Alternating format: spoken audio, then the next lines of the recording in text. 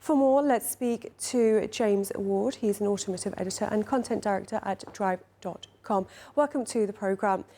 James, now China continues to dominate the global auto market. What's behind its growing lead, and can its competitors realistically close that gap? Yeah, look, a couple of years ago, the Chinese government basically made a watershed moment, saying that they wanted China to be the foremost expert in terms of electric vehicle production and battery technology. And that's what's essentially happened. There's a lot of government investment that goes into these brands, and obviously the scale that they can approach the market with allows them to really invest. And then obviously with these vehicle exports are able to make a pretty impressive footprint around the world. And with Chinese car exports now breaking that 1 million a month barrier, how can European and American automakers remain competitive without having to resort to imposing higher tariffs?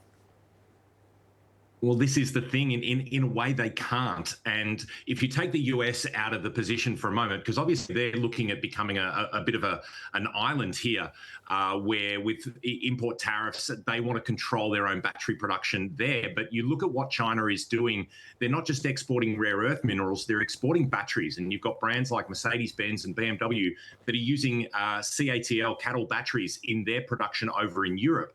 Obviously, you've got a lot of brands who are setting up shop in China to produce their cars there for global export as well.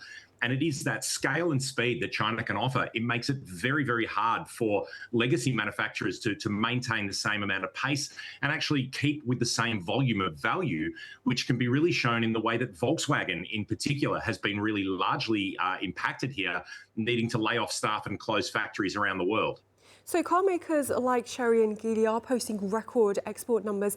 Is this rapid global expansion a sustainable long-term strategy, or are Chinese automakers simply just relying on overseas markets to offset slowing demand at home? Yeah, what we're seeing, particularly here in Australia, so China now provides close to 70, well, they're close to 32% of all vehicles that come into the Australian market so far this year are from China. That is up 70% year on year.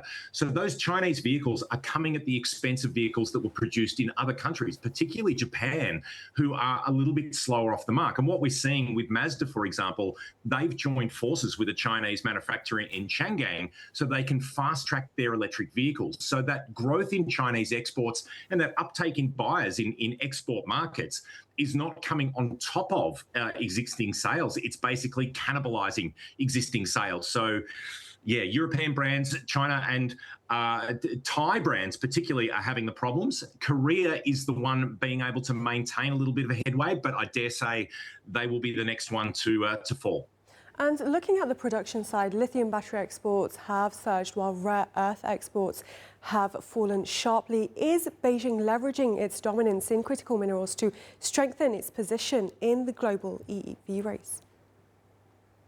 Yes, absolutely. So they are looking to control that supply chain, and this is something that China has set out to do. So the fact that they're exporting completed batteries rather than rare earths to allow other markets to create the batteries means they just do want to control that end to end. And when we see the reports where companies looking to export materials to other markets now need the permission of the Chinese government to do so, people in export markets who are looking for the rare earths to create not only automotive batteries, but whether it's electronic devices or even military devices, will be looking to other rare earth suppliers like Australia, Brazil, and the US themselves. James Ward in Melbourne, great to speak to you. Thank you very much. Thank you.